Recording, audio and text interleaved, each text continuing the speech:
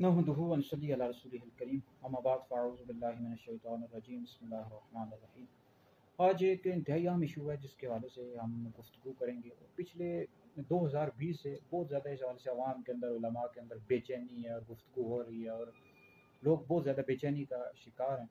तो इस हवाले से हमने मुनासिब समझा कि इस हवाले से हम चंद निकात चंद बातें इस हवाले से सामने रखें।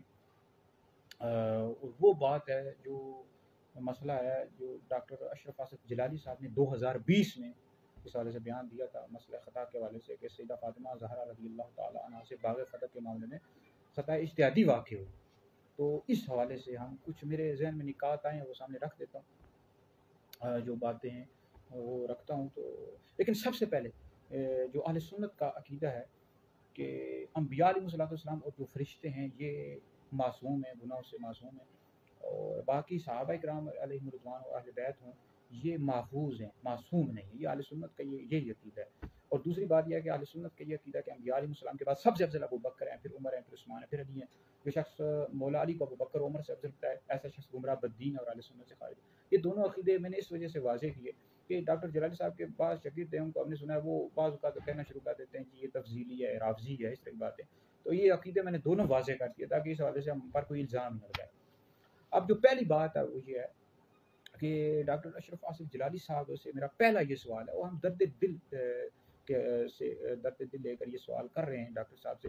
हो सकता है कि डॉक्टर साहब तक मेरी वीडियो पहुंच जाए या उनके शागिर्द तक पहुंच जाए और डॉक्टर साहब तक पहुंचा दें तो ये मसला हल हो सकता है।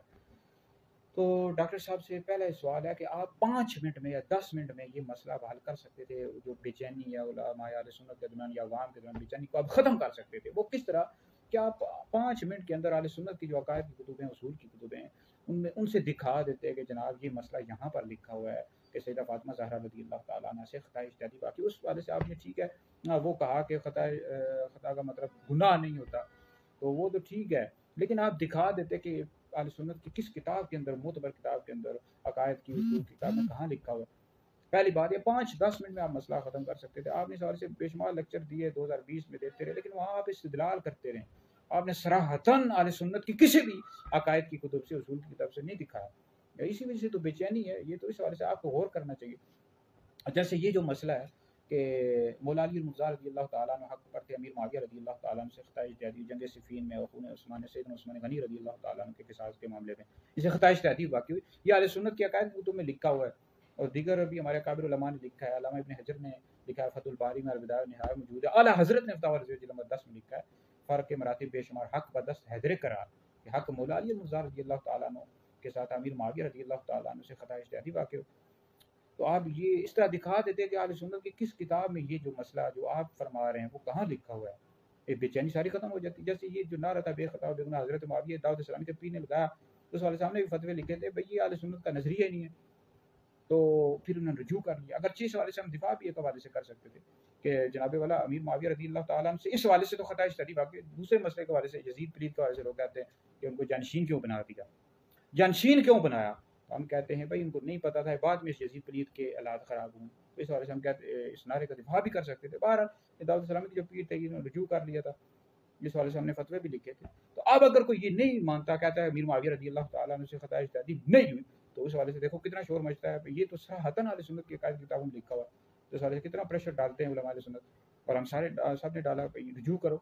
और ये अगर कोई नहीं मानता कि हज़रत सैयदा फ़ातिमा ज़हरा रज़ी अल्लाह ताला अन्हा से ख़ता इज्तिहादी वाक़या नहीं, अगर कहता है नहीं हुई, तो उस पर शरई हुक्म क्या लगेगा डॉक्टर साहब? शरई हुक्म भी तो आप बता दें। तो ये जो अहले सुन्नत की ये अकायद किताबों में लिखा हुआ है, तुम रुजू करो इससे।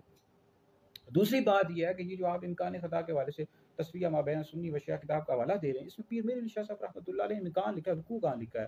ठीक है जी, इम्कान आपने वक़ू साबित कर दिया, उन्होंने तो इम्कान लिखा था, तो ख़ता हो सकती है, लेकिन ये है कि उनका वक़ू तो नहीं लिखा। तो इस हवाले से आपने वो अपनी तरफ से वज़ाहत की है ना। बाद में आपने जो लेक्चर दिए हैं 2023 वगैरह ये भी हमने सुने, इसमें आपने बहस अब करना छोड़ दिया। मतलब शायद आप ये समझ गए कि अवाम की तरफ मुझे बहस नहीं करनी चाहिए थी। अवाम के अंदर शोर शराबा मचता है, बेचैनी होती है, फिर फितना फसाद होता है। तो तीसरी बात ये है कि जो जिस तरह वज़ीर-ए-आज़म होता है ना, उसके जो मुशीर होते हैं उसको मरवा देते हैं, इस तरह जो किसी उस्ताद के शागिर्द होते हैं वो भी उसको मरवा देते हैं। आप ये शागिर्द हैं, अगर किसी आलिम सुन्नी आलिम दीन को किसी को राफ़ज़ी कह रहे हैं तो इस तरह नहीं करना चाहिए। आप अपने शागिर्दों को भी समझाएँ कि इस तरह ना करो भाई, हर एक के साथ बहस करना शुरू कर देते हैं, किसी को तफ़ज़ीली, किसी को नाज़िमी, किसी को राफ़ज़ी, इस तरह ना करें। ہم تو درد دل کے حوالے سے باتیں کر رہے ہیں کہ ہمارے دل کے اندر یہ ہے کہ آپ اہل سنت کے بڑے عالم دین تھے، آپ متنازع بن گئے، فائدہ کو نہیں ہونا، یہ کوئی اہل سنت کے عقیدے کا مسئلہ تو ہے نہیں۔ اور پھر جو خلفائے راشدین ہیں آپ اس حوالے سے اقوال بھی دکھا رہے ہیں، لیکن صراحتاً جو اہل سنت کی کتاب ہے وہ آپ دکھائیں۔ کیا خلفائے راشدین نے کب کہا حضرت ابوبکر، حضرت عمر، حضرت عثمان، حضرت علی، اگرچہ اس حوالے سے آپ تفسیر کبیر کے حوالے سے اقوال بھی دکھا رہے ہیں، لیکن صراحتاً اہل سنت کی کتابوں سے دکھائیں۔ یہ چند سوالات ہیں، ہو سکتا ہے ڈاکٹر صاحب تک کہ میری ویڈیو پہنچے، تو میری آپ سے گزارش ہے، یہ ہم اس حوالے سے کہہ رہے ہیں کہ صراحتاً آپ اہل سنت کی عقائد کی کتابوں سے دکھائیں تاکہ بے چینی ختم ہو جائے۔ تو اس حوالے سے علمی بحث ہو سکتی ہے، خطا اجتہادی ہوئی یا نہیں ہوئی، علمی بحث ہے، لیکن آپ صراحتاً دکھائیں تاکہ بے چینی ختم ہو۔ اور میری ویڈیو اگر کوئی سنے ڈاکٹر صاحب تک پہنچا دے، تو ڈاکٹر صاحب سے گزارش ہے، ان کے شاگردوں سے گزارش نہیں ہے، ڈاکٹر صاحب سے گزارش ہے کہ آپ وضاحت کریں۔ یہ میرے 3-4 سوالات ہیں۔ اللہ تعالیٰ میں اہل سنت کے عقیدے پر قائم رہنے کی توفیق اور مدد عطا فرمائے۔